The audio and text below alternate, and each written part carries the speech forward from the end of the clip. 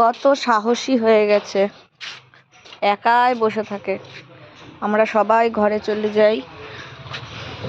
ওর তো আবার বাড়িতে জায়গা নেই, ওর তো আবার থাকতে দেয়নি, তাই না?